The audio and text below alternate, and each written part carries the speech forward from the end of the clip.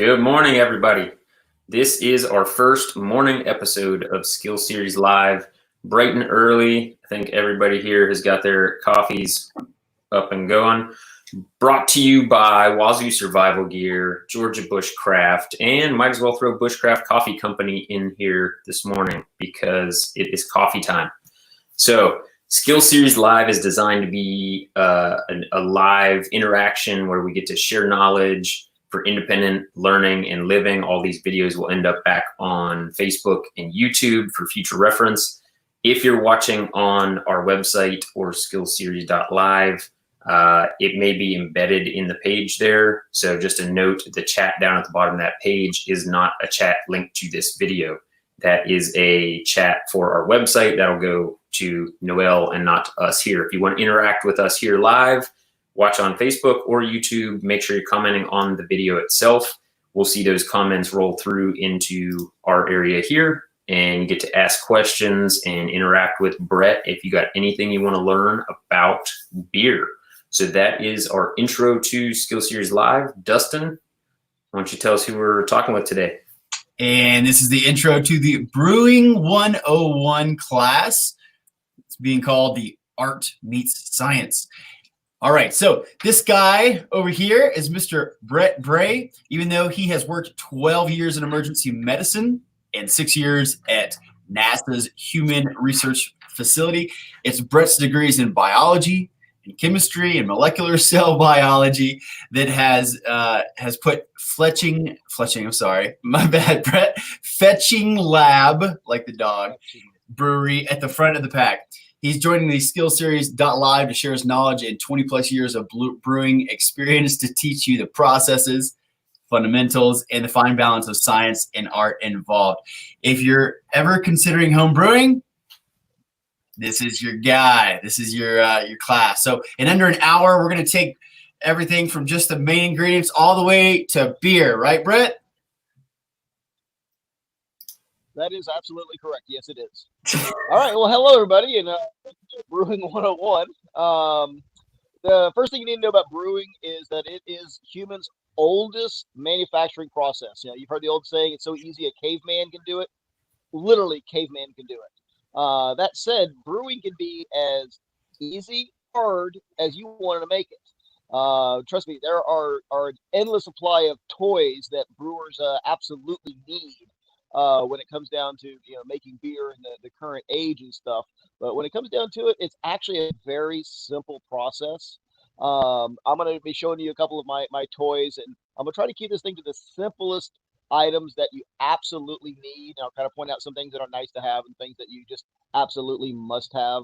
When we talk about toys, you got to realize the most recent big invention, that truly big invention in brewing, believe it or not, was a thermometer. Everything else since then has just been kind of, like I put in the classification of toys. So brewing is a very well established process, and we are going to go ahead and start showing you some of the brewing steps. Now, there are basically 3 types of brewing you can do. You can do what's called extract brewing. Some of you might have actually seen it. You get a can of glop, and you just plop it into a big pot on your stove, and you heat it up, and then you put it in a bucket, and a couple weeks later you have beer. But the other 2 ones that are actually quite fun to do is partial mash, and what I do here at Fetching Lab Brewery, which is the all grain version of it. So in partial mash, what you're doing is you're taking one major step out of the all grain brewing, and it's being done for you, and you get this malt. Malt is a very syrupy, thick solution. It's been basically, they've taken the grains and they've pulled all the sugars out, and they've cooked it down into a syrup, and you kind of bypass the first step of all brewing for in favor of the ease and consistency of the malt. I brewed partial mash brewing for 15 years. As a matter of fact, some of the beers that I produced out of there, I still produce now. And it was because of those partial mash brewing that I literally had the brewery now, because all my friends were telling me, hey, this beer is so fantastic, you've got to put it into the out in the market and stuff. So don't think you actually have to go to all grain. I'm covering that because I'm trying to remove as many of the steps that you need somebody else, like I'm trying to get to where you don't need to go to the malt shop or to the beer shop. So I'll kind of mention the partial mash from time to time, but here we're actually talking about the all grain brewing. Now, the first thing you need when you're brewing is, of course, equipment. Now, I'm going to be kind of showing you some of the equipment here, but it's actually quite simple. In the background, you can kind of see some of my big equipment. Yeah. Can I interrupt you real quick? So we're dropping a lot of terms here. We got mash and grain and all these different things. So kind of in a quick nutshell for people that may not understand where beer comes from, what are the key main ingredients that we're talking about that go into the beer? The main ingredients? Yeah. Yeah, I was going to go over the equipment and then the ingredients and then put okay. the two together. Cool. But, all right. Yeah. Great. So let's go ahead and go. We'll go and do the ingredients first. In spite of certain commercials you might have seen online, beer is only technically made out of 4 ingredients. You are going to be dealing with grains. Spilling a little bit there. So grains being the most important. In grains, there are 2 different types of grains that you're going to have. The first one is this nice, clear, light-colored one here. These are your base malts, and these can reach up anywhere from about 60% to 100% of your beer. Their main job on this thing is to provide the sugar that eventually will become beer, proteins that kind of add body to the beer, and the enzymes, which I'm not going to go into all the enzymes because there's a lot of technical details there that basically allow you to make the beer. And then you have what we call adjuncts. Adjuncts are other grains. So this right here is the same thing as this one, but this right here has been literally fire roasted. And so there's all different types of grains that add flavor and body, and a lot of times these may only add up to literally 5% of the overall grain bill, and they can make incredible impact on the beer. This guy right here, in a 300-gallon batch, I might add 2 pounds of the entire grain, and I've got my amber ale, base starting. There are other grains, but so a little bit of this can go a long, long way. The next thing you're going to see is hops. Hops are some of the most important ingredients. They actually add a lot of the flavor. They add the bitterness. They add everything that we actually enjoy to beer. And if you look at these are actually kind of a pelletized. Oops, sorry, getting off camera there. These are pelletized ones. These are called T90 pellets. These are developed so that they crush down the overall cone of the hop flower in a way that's less susceptible to oxygen, because once oxygen starts getting to your hops, they degrade very fast. So they make them in these little pellets. You can use the whole grain or whole cone hops. It takes a little bit of effort to do, especially in the cleanup, because you clog up all your equipment like this. I use the T90 and there's literally hundreds of different varieties of hops that can be used. Before hops, because hops actually didn't start being used until around the 1600s. 1600s is when they started to use the hops, not when they actually were fully incorporated into the overall system.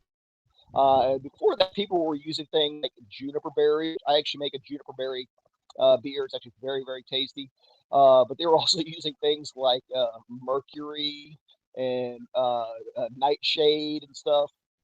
If you ever hear about like the German purity laws, say what? Mercury and nightshade? Yeah. Now, they used to say those brewers probably didn't last very long, or at least the customers.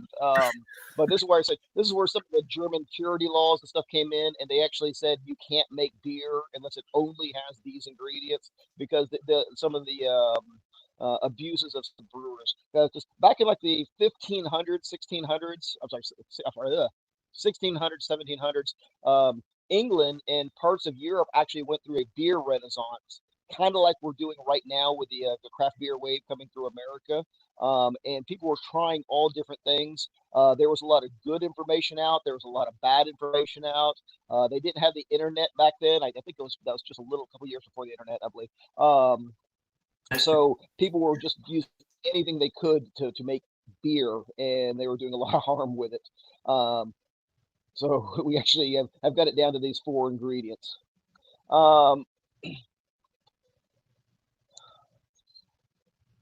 Yeast. There we go. This is one of my big packets. They actually come in little 10-gram packets. This is what I use on the big batches and stuff. There are literally thousands and thousands of different types of yeast out there. This particular type is a brewer's yeast.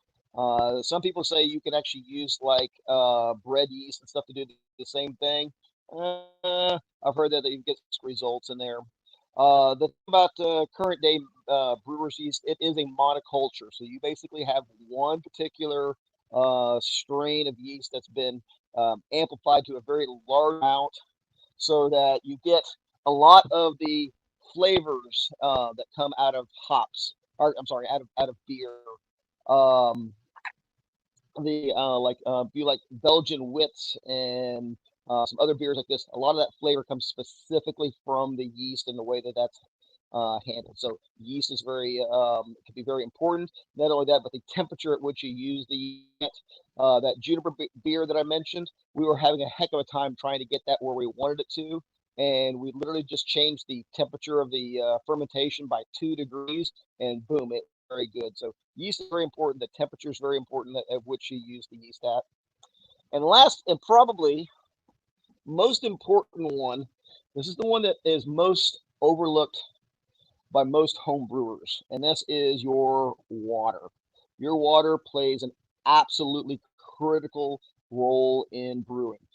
If there are 2 breweries in the same area that are, and you like one and you really don't like the other one, I almost guarantee you the one that you like is paying attention to their water chemistry. So there are all kinds. This is just a small bag of salts that we had picked up a long time ago with some of your other when you're small homebrew kits. Probably had it for 15 years now. I don't know how long I've had the salts. But water and the salts. Here at Fetching Lab, we will use an RO system to take this down to absolutely nothing, and then we customize our salt contents for each of the beers. You don't need to do that, but you do need to be aware of your chemistry. If you have too much sodium, that's one of the reasons why we use an RO system, and our system in our brewing system is because we have so much sodium in our natural groundwater that it affects the way the hops are expressed. It gives a very cloyingly bad flavor and stuff. So we're kind of forced into doing high-end water chemistry on each of our beers. So those are the 4 main ingredients, but there are a lot of other fun stuff. Like I mentioned, the juniper berries, we add those in there. You can actually use, yes, dare I say it, rice. Rice actually does have a purpose for use in beer, but you can use wheat, corn, sorghum. You can get all these other adjuncts into the what's called the grain bill to add flavor and body to the beer. Because the So any main questions on thing the that you're trying to get out of the grain bill, you're trying to get the starches, right? Is that the base that you're looking for? That is correct. So out of the seed, what we're doing is we're hijacking nature's little preservation units. You call them seeds, and we're pulling out as much of that sugar out of that as possible. That's why I talk about the enzymes. There are certain enzymes that will chop that sugar up into a format that the yeast can eat. They can't eat the big, huge starch molecules that are inside of the grain, so you have to kind of break them up, and you use the natural enzymes in the grains in order to do that. But and we'll be talking about that here in a minute, and that has to do with the temperature of the water in the very first step, which is called the mash. We'll be we'll go. As a matter of fact, that's a really good segue into going ahead and looking at the equipment here. Cool. So I've got really, really big equipment, and I've got really, really small equipment. So we're going to kind of show you some of the small equipment, and we're going to go with it from there. So I believe in the background you can see back on here. This is. Can you see both these 2 pots? Yep. Yeah, looks good. Okay, I can't see my little so far away there. Okay, so this is my small spit, and you'll see that I basically have 2 pots here. I have one that does what's called a mash, and I've got one that is operating as the kettle. And I don't know if you can see him or not, but I've got the big guy right here behind this one, and this guy here, which are basically the exact same units. They're just in the larger formats. Realize that the function of these things are exactly the same, regardless of the size of them. So let's talk about the mash tun. The first thing you're going to use is the mash tun, and you're going to take your grains and you're going to crush them up. I don't know if you noticed in the little sample I was showing you, those were actually crushed up. I buy them crushed up just before I do a batch of beer so that I don't have to have all that grinding equipment with me. If you're doing home brewing, the people there will usually have something for them to crush up your grains for you, because they have to be in a crushed format in order to expose those carbohydrates and starches in order for the enzymes to do their job. So what you're going to do is you're going to take your grain and you're going to put them in there. And on the bottom of this, you're going to use this little guy right here. This is a false bottom. So this is designed so that the grains will rest right on top of it. And the you get time to it, the water, what's called at that point, will flow down through here so you can collect it. And you're using the grains that are on top almost as a exactly as a filter. And there's a procedure called the Vorloff. So this is resting inside of here. You were actually cutting out when you were saying, and it's called Wort. And you spell that. That's a fun little vocab word, right? How do you spell wort? It's wort with an O or an A. I always forget. Oh, okay. So it's W-O-R-T. It's almost like the wart you'll get on your hand, but I think it's spelled just slightly different. Spelling is definitely not my strong suit. But it's called wort, and that's what beer is before you add yeast. So beforehand, the saying is brewers make wort, yeast makes beer. So right now we're dealing with what's called added beer of the manufacturing process, which is the creation of wort. And so we're going to start with the mash tun. We're going to put the grains in there on top of that false bottom, and we're going to get that water at an exact temperature. So maintaining that water at a very consistent temperature is important. And there's all about a 10-degree range where you actually want want the water to do, because this is where those enzymes that I was talking about become active. On one end, on the lower end there, you're going to have a thinner, more alcoholic beer. On the higher end, you're going to have a thicker, less alcoholic beer. So you can actually kind of target where you want that beer to be based off the temperature that you use inside of the mash tun. So, and when it comes down to it, you can use pretty much anything that you want to use. Some people actually use igloo coolers with PVC pipe with holes drilled in it. That works fine. So you don't actually have to have big pieces of metal in order to do the mash tun. Something very well insulated, anything that will help you maintain the temperature at an exact point. On our big system, we actually have controllers that will help us kick fires on and stuff that keeps everything kind of at a consistent temperature, excuse me. But in the smaller batch, literally an igloo with some PVC pipe or a wire mesh of some sort to allow the water to drain out. What we do then is we call the Vorloff, which is you drain that fluid out and you put it back in and you let it drain. And so what happens is that grain bed starts compressing, and it will filter out a lot of the very large proteins, all the large particulates, because when you grind that the barley up, you get these little bit small flakes. And if you get that into your kettle, those literally turn into like a little oatmeal, which you couldn't see because it's very thin, but they add an astringency to the beer that you don't want. So the Vorloff is very important. The lighter the beer, the more you want to do the Vorloff. So literally, you keep going so that the wort coming out of the mash tun is very clear. It's the first step as far as the clarification process.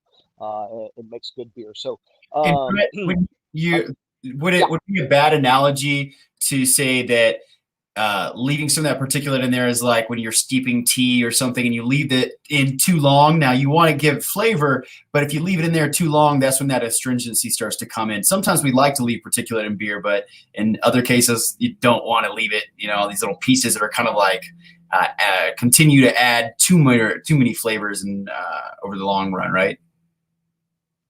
Yeah, and in the mash process, it's a little bit different than that, and that is your temperature. You never want to let your mash get above 170 degrees, because that is when actually it starts breaking down the cell wall of the grains, and that's where a lot of your stringency will come out. And with the other end, you actually want to leave it about an hour. That would actually kind of, at that point, you've reached the point of diminishing returns at that point.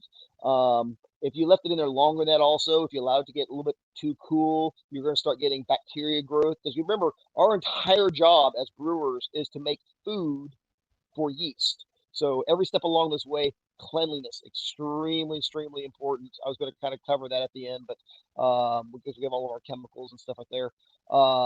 So it's not quite like making tea, where if you leave it in there too long, you get too much weird flavor. About an hour is you want. If you go too long, then you're going to run into infections and things like that. So about an hour. Does that answer your question?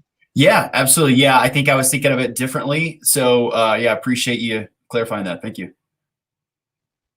No problem. All right. So when you actually finish draining that fluid out, you're going to actually put it into the kettle. And as you see, I have my nice big thick barbecue gloves. I cannot stress safety enough. We're dealing with lots of heat once we get past this point, and you've got to be very careful. I've burned myself on some of these things. You're just one moment of inactivity, not thinking correctly, and you've burned yourself. So always be safe when you're doing this thing. But you're going to take the fluid from the wort, and you're going to add, or from the mash tun, you're going to add it to the kettle, and you're going to start boiling it.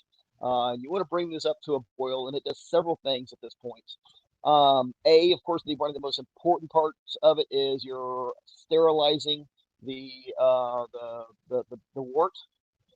There's a very good series called How Beer Saved the World. Not a series, but a single show and stuff. It's an amazing little show. And they actually took water from a duck pond, and they showed all the bacteria in it and stuff, and they brewed beer with it, and they showed that when it came out, it was clear. And when they say that how beer saved the world, is because those boiling process and the sterilization kills off all the stuff that's in there. Back in England, back in the day, you could not drink the water because it was just so polluted and survive. So they basically drank beer all the time. So how important beer was to them back then. But you're going to put that in there. You're going to sanitize it. It's also going to thicken it up.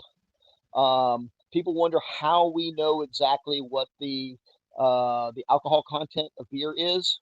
So real quick, some of the toys.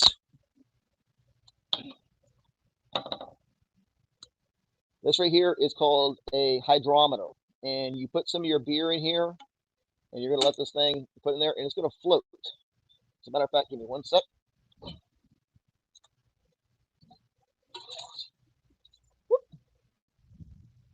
I could have already had that for you there. All right, now I just have water in it, and if you notice, it's floating very low in here. So if I start adding sugar to this particular thing and start mixing it up, this little hydrometer is going to start raising up higher and higher. The more sugar, dissolved sugar I have in there, it's going to start reading in there. And there's some readings on here, and I'm not going to go into that because it's a very complex system, but there's some readings in here. We use what's called gravity. The gravity of pure water is 1, so you'll see that kind of floating at the very top of that. When we put the wort into the kettle at the very beginning, we'll grab a sample of it, we'll cool it down, we'll run it, and actually with ours, I say we cool it down. This is one of the toys that you have.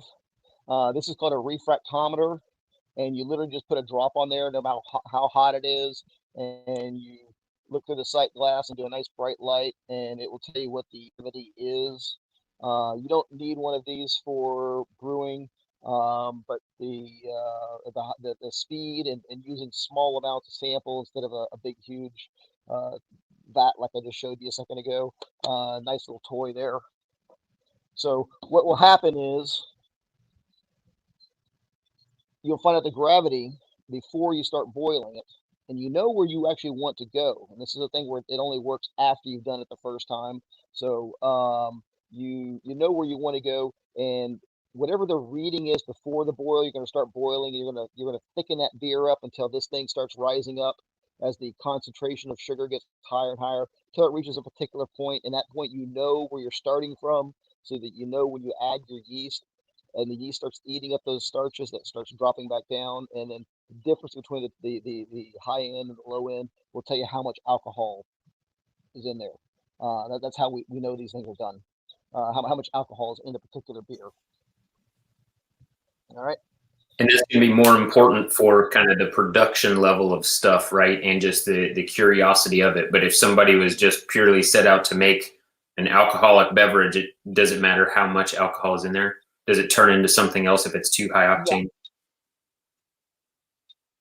No, it's absolutely doesn't matter at all. If you were out there in your cabin and you're just wanting to make beer and stuff, add your grains, make your wort, make your beer. You can do that without doing any measurement at all. For some reason, by law, we have to actually, tell them exactly how much alcohol is in the beer they're drinking. So we pay a lot of attention to those little devices. So, so we're going to thicken the beer up. We're going to sanitize it. There's some protein work that goes on in there.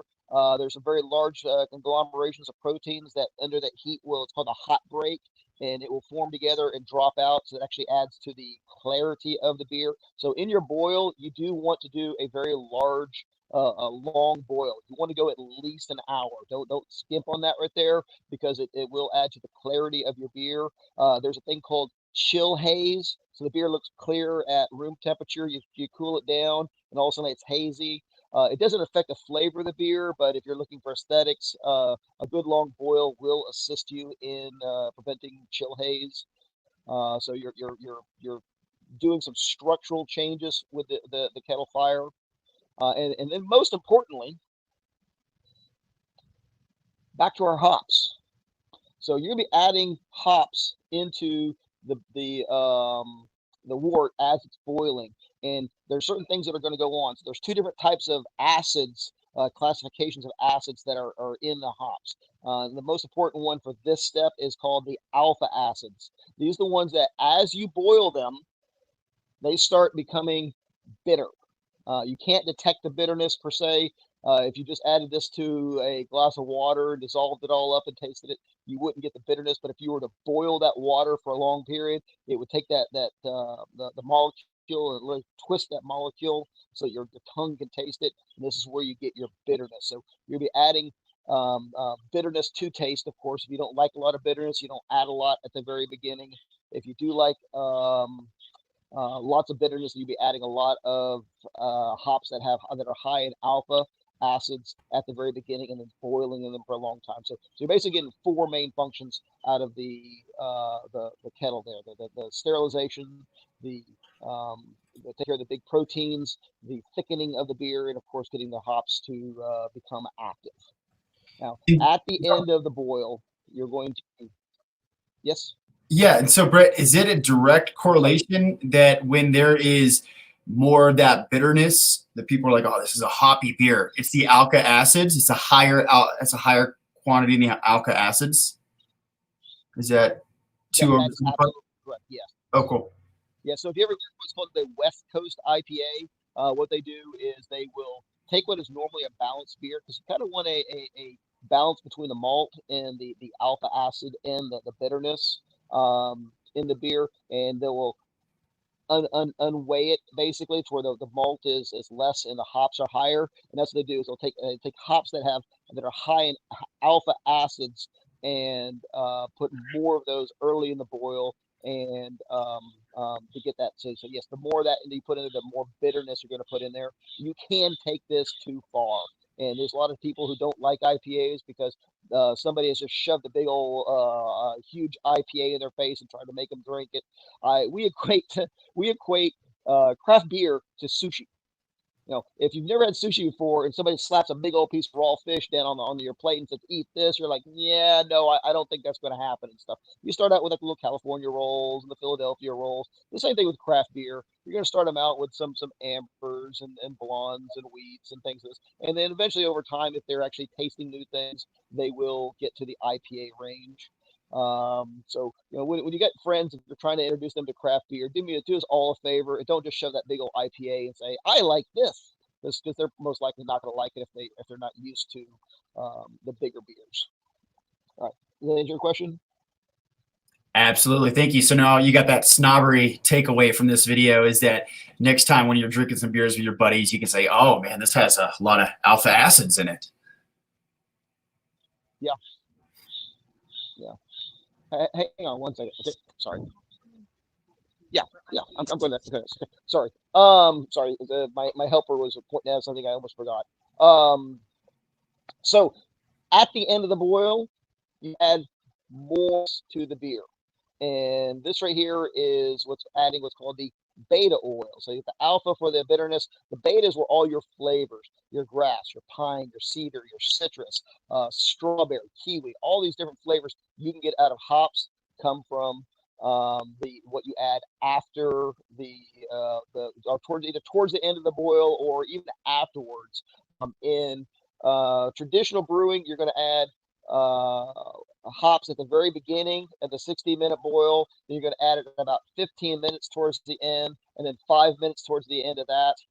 We've actually gotten away from that ourselves, and what we do is what's called whirlpool additions. So at the end of the boil, we're going to actually start spinning the wort, and this is going to take all that hot particulate and all that what's called the hot break, and it's going to put it into the middle so that you can get it out of there.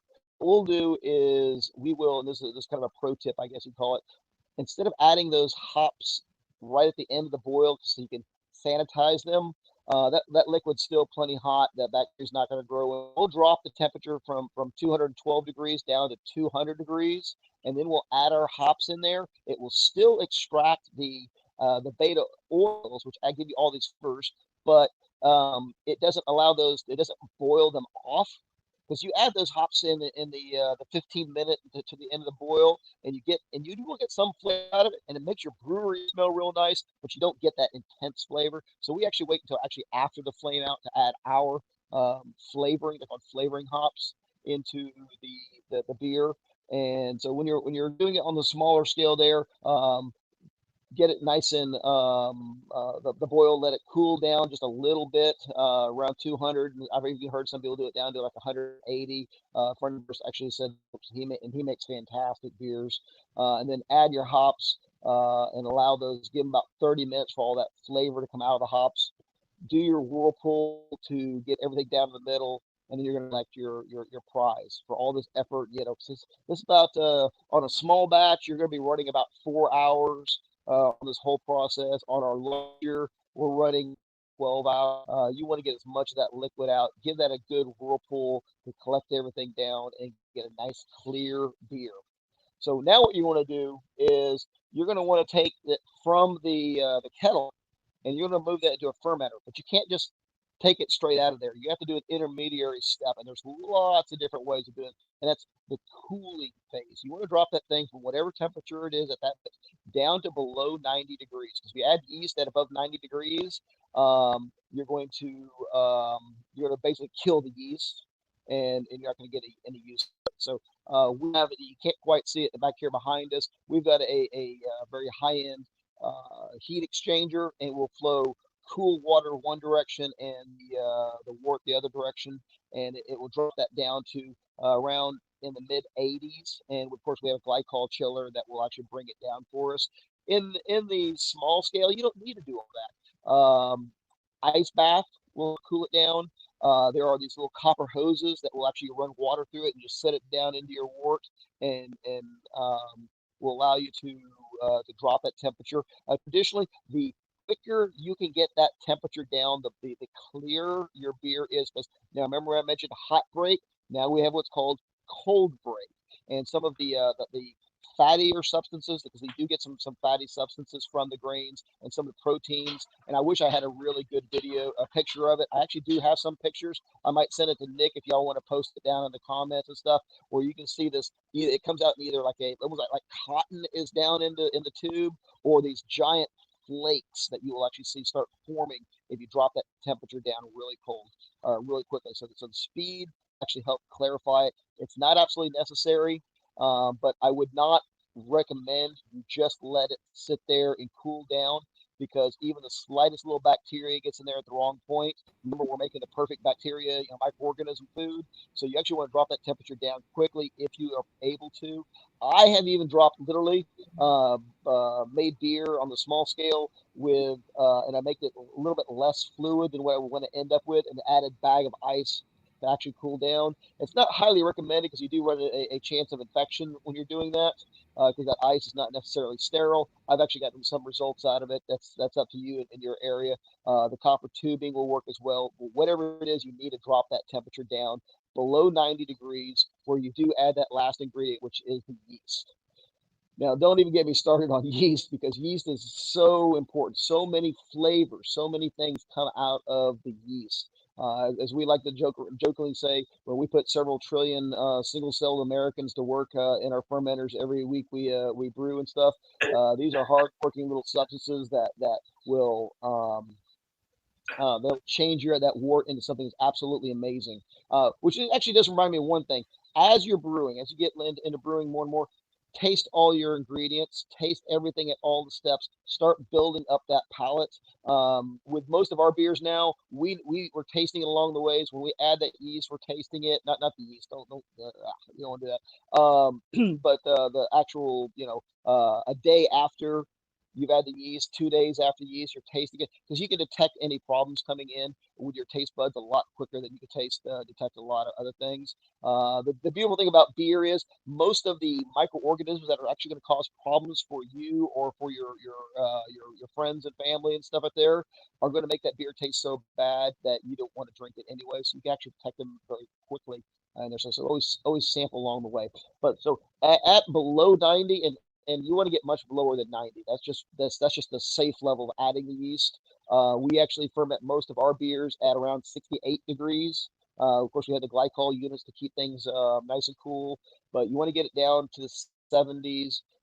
Small fluctuations in temperature will actually change some of the flavors that come from this yeast. When it comes down to yeast, like I mentioned, there are thousands of different varieties. So, like I said, you got German beers and California beers and Belgian beers. They all have their own strain of yeast. There are entire breweries that have made their names off of single strain of yeast. Spotzel Brewing up here in Texas, also known as Shiner Bock. The thing that made their Shiner Bock so famous is they had a particular strain of yeast that they cultivated over a very, very long period of time, and that was a flavor that actually added to that Bock that people love so much. So the yeast can be very, very important. Be very selective when you're actually figuring out which yeast you want to use. If you want to, you can actually start up entire laboratories just to keep your yeast alive. You don't need that. We use dry yeast here at the brewery. There's excellent ones out there in the market to add those in there. So you're going to add that yeast, and you're just going to let it sit there. And you're going to monitor it and make sure the temperature is good. And in the fermenter, let's talk about that real quick here. If you see this little white bucket back here, because I did forget to mention this right here. The fermentation vessels, if you're in the small, literally a plastic bucket like this with a hole cut in there and a airlock. We have a couple airlocks here. You can see one here. It's got a little, so you put some water in there. Sorry, put some water in there. You're gonna drop that down in there, put on there, and put that down into your bucket, and it will allow the CO2 to escape, because you are producing CO2 during fermentation, but won't let air back into it. I feel like that's a very important thing to mention. For the fermentation. It's a good thing to mention for people that may not have ever brewed beer before. You don't want a sealed vessel to ferment in. It will explode. Yep. So you have to. That was literally the next thing I was going to say. Yeah, you need to be careful on there on the buckets and stuff, that if you want to make sure that bucket has plenty of overhead, because in the fermentation process there is a thing called krausen, which is a foam that occurs on top of the beer as fermenting. and it will come up to that bucket and it will blow things all over the place. You'll hear more stories about home brewers whose wives are so pissed off at them because the entire ceiling in the bathroom is because they put it in the bathtub and it blew and, and just got all over the ceiling and stuff. You are creating a pressurized vessel. You want a good airlock in there so stuff doesn't come in, but you want to make sure that nothing stops it from going out as well. So it's a good point on that right there. So we're getting to the point now. Hang on one sec.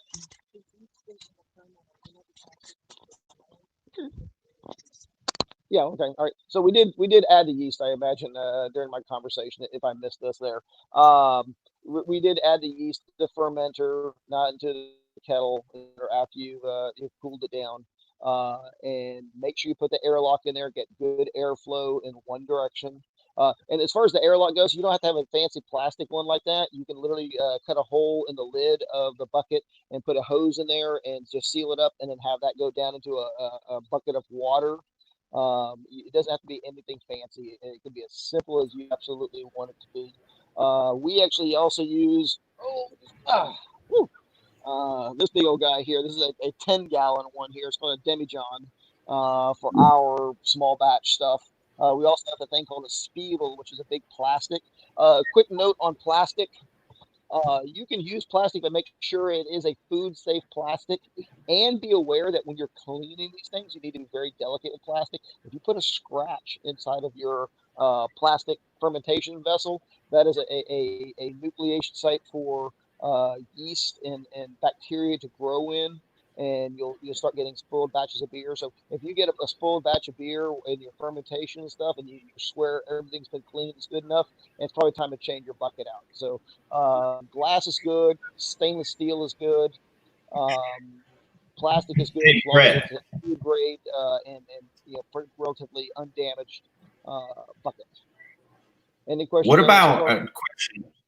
Yeah, can you hear me all right? It's Casey. Yes, sir. I had a question about aluminum. So, like when I first started brewing back in the day, using a aluminum turkey fryer, I've always heard, like, I stopped using it since then because people say that maybe it'll leach flavoring or whatever if you've ever used it for anything else. So would you suggest only stainless, or what's your opinion? Is that a thing? Right. I do prefer stainless, and I would recommend not doing aluminum, but not for the reason that you think.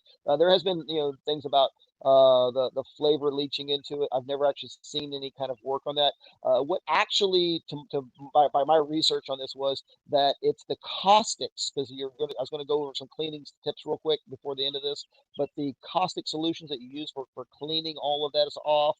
It's called beer stone and stuff. Doesn't work well with aluminum, and it will actually damage aluminum, and then you will get some off flavors from it. So it has nothing to do with the actual aluminum going into the beer. It has to do with the cleaning of it, changing the aluminum, then going into the beer. So you can use aluminum. You have to use a different set of cleaning solutions. I would just avoid that altogether and use the stainless steel myself. Awesome. Thank you. No problem. Yep, absolutely. Right, cool. So we now have the beer into the fermentation. We've waited a couple of weeks now. When it's bubbling, and it's always fun. That's always the one fun thing is you've already done your hard part. The yeast is doing their job. They're working furiously. Realize that this is a biological process. These things are going into overdrive. They're competing with each other to eat up as much as they can, and they're under stress. So they're producing lots of heat. So you want to keep that temperature cool. If you're at home, you can literally we used to put it just in a water bucket, so that it keeps the temperature as relatively no giant fluctuations. If you just put the bucket in your house in the bathtub, and that side of the wall is facing where the sun goes down, you're going to have huge fluctuations in temperature in the room in there. I'm not saying you can't make beer that way, but you want to keep that as cool and consistent at the same time, and remove that heat out of there, because it will get quite warm if you don't, because you're literally composting this liquid here, so you're gonna get lots of heat out of there. So just have a methodology for cooling the wort down. So after it starts bubbling, it's going to bubble and bubble. Typically, the big heavy bubbling will last. It'll start within like 24 to 48 hours. It'll last usually about 3 to 4 days, and then you'll start getting a slow little bubble. You want to go another 5 to 10 days after that. And what's happening is it's called the diacetyl rest. The yeast is eating up literally there's a concentration of gradient of I will eat this before I eat this before I eat this, but they're going to keep eating that. And one of the last things they do is what's called diacetyl. You ever hear about the skunky beer and stuff? That's from diacetyl. So you actually want to go past the bubbling phase and let it sit a little bit longer. You can let it go for quite some time, but they realize that the fluid of all the dead yeast cells, and those yeast cells will start breaking open and adding off flavors. So don't go too long on that right there. If you are extremely clean and very careful and you add a little CO2, you can actually transfer off the tube. That's what that slime is called down the bottom of it. Once again, you don't need to taste that version. You only taste that section. But you want to get it off of that if you're going to let it sit there for a while. Realize there is still active yeast in most of this stuff. Even if you let it sit for a long time, it might kind of go dormant, but there's always going to be kind of some in there. So always make sure you have your airlock on there. So after the bubbling, maybe we do about a 14-day run on all of our beers. The first 3 or 4 days bubbling, the rest is just what we call the diacetyl rest. At this point after that, you're going to take that and you're going to drop that temperature. You want to get that temperature down as low as possible. You actually go a degree below freeze alcohol in there, but don't go too much more, else you have a big ice block. Yeah, we had that happen once. The reason for this is the last of the oh yeah, sorry, I almost forgot there. In the fermentation vessel, you can actually, after post fermentation, you can actually add more hops, because we love hops, and this is called late addition or dry hopping. Dry hopping is where you add the hops to the beer after the fermentation done. We usually let it sit for about 5 days after to make sure all that flavor comes out there. You can get some really bright, crisp flavors out of those hops by adding it after the fermentation. Mind your sanitization. Make sure you're very clean with it, or else it would you can have issues. But adding the dry hopping is actually very good. And so after that, you want to give it time to settle down, for everything to settle down. You're going to get that temperature down to right at 0 if you can. If you have any way, time will actually do it. If you don't have the ability to cool this down, sitting it for a longer period of time will also allow things to settle out. But you want to give it either time or temperature to drop that to clarify it. And then you're going to pull this thing off. This is your final prize, and you're going to do one of two things. You're either going to bottle it. Now, what you're going to do with bottling is once you have that final beer, you're going to add a little bit more sugar to it, or you're going to add a little bit of bottle. Make sure the bottle is perfectly clean too, and you're going to add the beer into it, and you're going to cap it off. There are types that have caps. There are types that have it's called a Grolsch bottle. It's this little wire that you pop open, and the lid stays on there, and you can seal it and unseal it. A lot of people use those. We tried using them quite a bit. It's very spotty because sometimes those seals aren't absolutely perfect, and all your CO2 blows off, and you've got flat beer. And it's safer because you're not blowing bottles typically with this. If you have the cap on these things, there's lots and lots and lots of stories of people putting too much sugar in here and beer and keeping it just a little bit too warm, because remember, there's a secondary reaction going on that's producing the CO2. This is called natural carbonation, by the way. Is the way that beer was done for many, many years. But be very, very careful if you're doing bottling, that the bottle is clean, or else you get a bad flavored beer, but also that as simple as we used to use a plastic bucket that we put the bottles in and lay a towel over the top of it, so that when those, I didn't say if, but when those bottles start blowing, you're not getting it all over your wife's ceiling again and getting her mad at you. So, and just so you know, when I say your wife, does brewing. She's actually out competed me on 3 occasions in brewing, so she's actually a fantastic brewer. Women are fantastic brewers. Love them.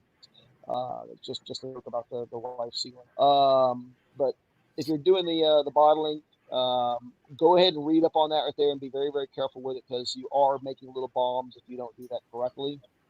And Brett, is it true? Or is it true that when you're choosing bottles, like say you're just recycling bottles you bought from the store and you've cleaned them out, but you don't ever want to use screw tops, they say, because the screw top bottles are actually a thinner glass and they're more prone to breaking? Is that true? that is absolutely true. You do want a beer quality bottle, and this is something that actually bit us for a while. Well, not this part. You want it brown or a dark blue. You don't want green. You want the darker ones, because light coming in actually affects the hop and will actually make a very bad flavor. Corona bottles, I don't know how they get away with without damaging it, but UV light is very, very bad for beer. So you want the darker brown bottles. But also, like you said, the thinner walled beer bottles can be very dangerous. You get little bombs and glass shards. And not all bottles are made the same. Beer bottles are actually made so that the inside is very, very smooth.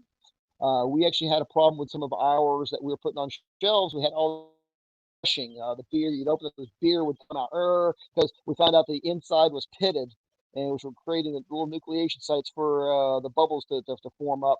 And so as soon as you pop it open, everything started coming out and stuff. So you do want to make sure you do get quality bottles when you are brewing. Don't just go and get Coke bottles and things like that. You want to make sure that they can hold the pressure. Answer your question? 100%. Thank you. Gotcha. Cool.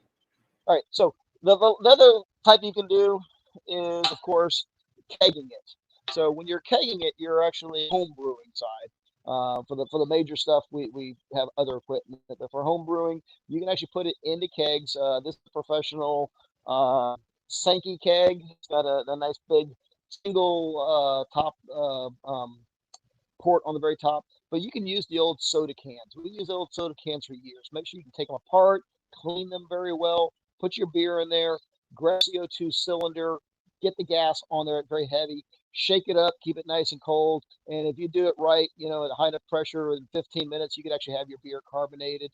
The advantages are it's quick, easy, and you can control to a very high degree the exact amount of carbonation over doing the bottling. The bottling is the more traditional. So if you're out and you actually want to use a few outside resource possible, that the natural carbonation may be the way to go. If you're just looking at actually trying to make beer, the cans, and I actually do a little soul.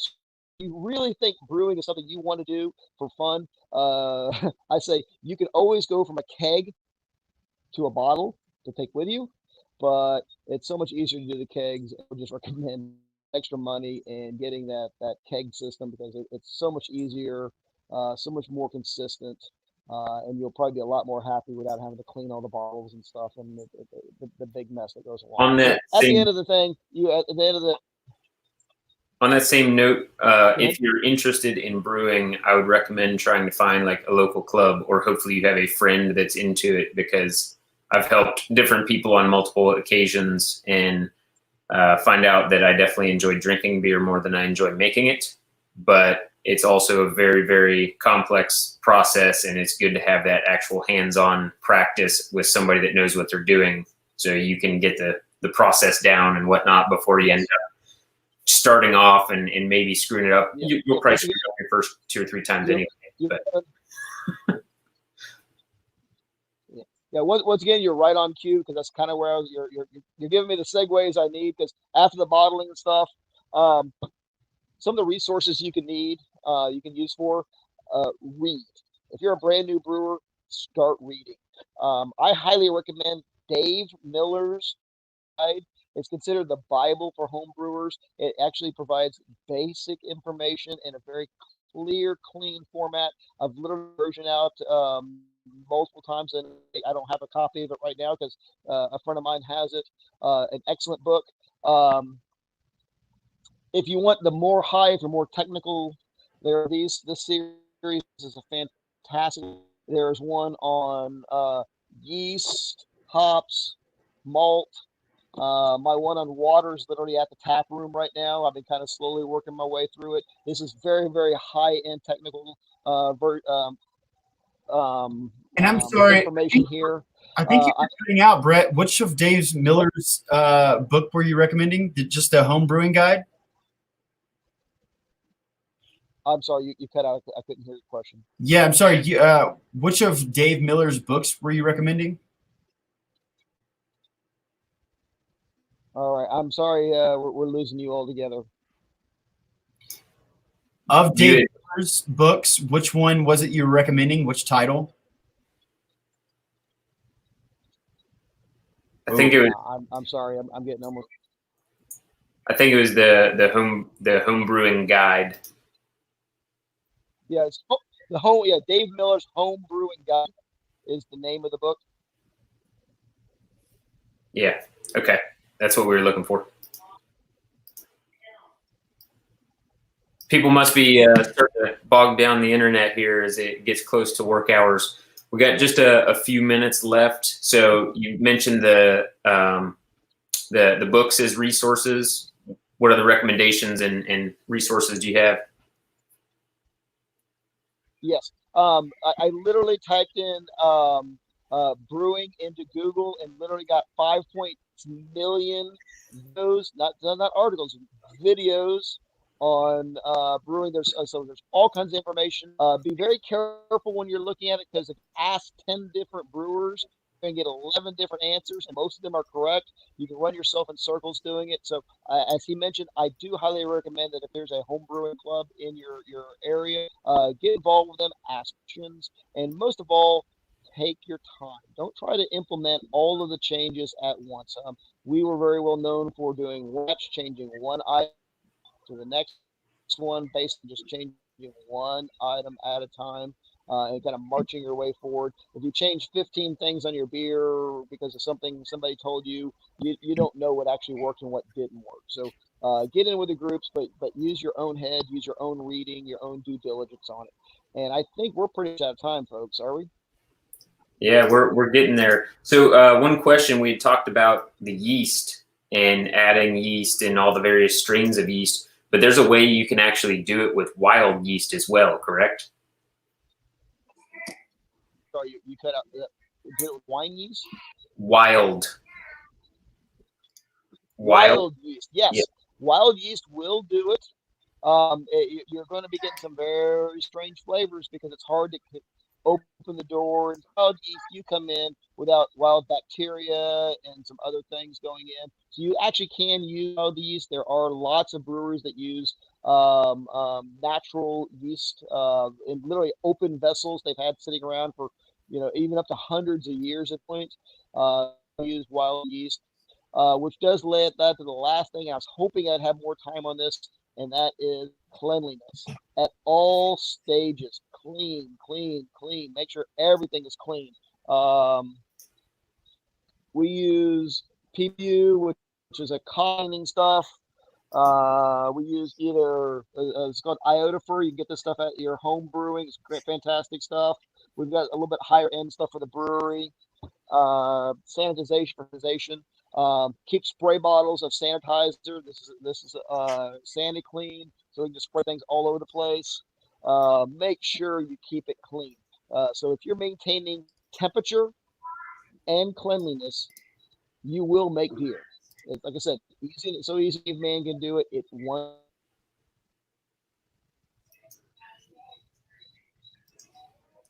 So just to kind of recap, if I understand the process in a nutshell, we can take some sort of a grain with some starches in it. We boil that. It's called the mash.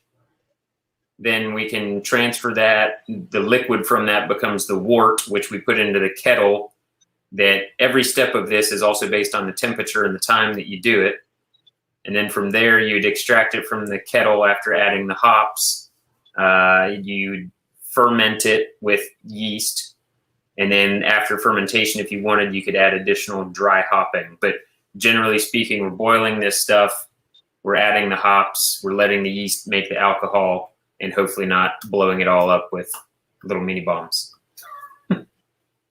And not letting other nasty yeast in and other things. So every step of that is just, it's mind-boggling that the time that you boil it versus the temperature that you boil it versus the type of grain that you're using, the type of yeast you're using, the type of water that you're using, all of those little tiny variables can be changed. And so if your goal is just to make beer, it might not be good beer, but you could do that. You could take these raw materials and you could make alcohol.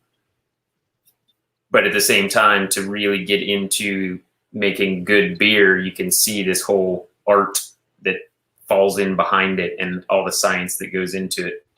And that's what I always enjoy talking with Brett about this stuff, because you can tell he's so passionate about it, and like his background really just ties well to brewing in general and understanding all the ins and outs of it. And Brett, where should people reach out to you, find you, follow you if they want to learn more about brewing or follow you guys along in your process of Fetching Lab? All right. Well, thank you very much for having me on. I'm kind of breaking up, but the gist of it, yeah, we'll look forward to seeing from. All right. Well, I know they've got their Facebook page. We've tagged them, I believe. We can tag them again. They also have a website. If you just Google Fetching Lab Brewery, you can find them there. And yeah, I'm sure Brett is more than willing to answer questions if you shoot him a message on their Facebook page. And if you're ever in the Houston, Texas area, make sure you head south and check out Fetching Lab Brewery. They got a tap room that's opened up there in Texas City. And otherwise, we'll be back again on Thursday. We're doing one more morning class with Dr. Mark Meriwether-Vorderbruggen on some foraging, wild edibles, and he's going to take us around his backyard that he has kind of converted over the years into a permaculture wild foraging garden. So yeah, I don't think you guys actually do have a website yet. Do you, Brett? You guys just mainly point people towards Facebook and Instagram? he does have a website. We'll post a link to it here. Okay. It's just not a great one. Let's see. If you Google it, the Google result there, you can Square.site, I think. But fetchinglabrewery.com will get you there. Okay. Their Cool. SEO is not that good. I think they only started their webpage recently, and with all the Corona stuff, and it allows them to now do online sales, at least locally. Oh, well, thanks, Brent. I appreciate it, man. I learned a lot. It was good.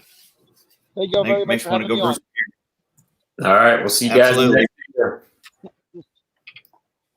Stay safe. Thanks, buddy.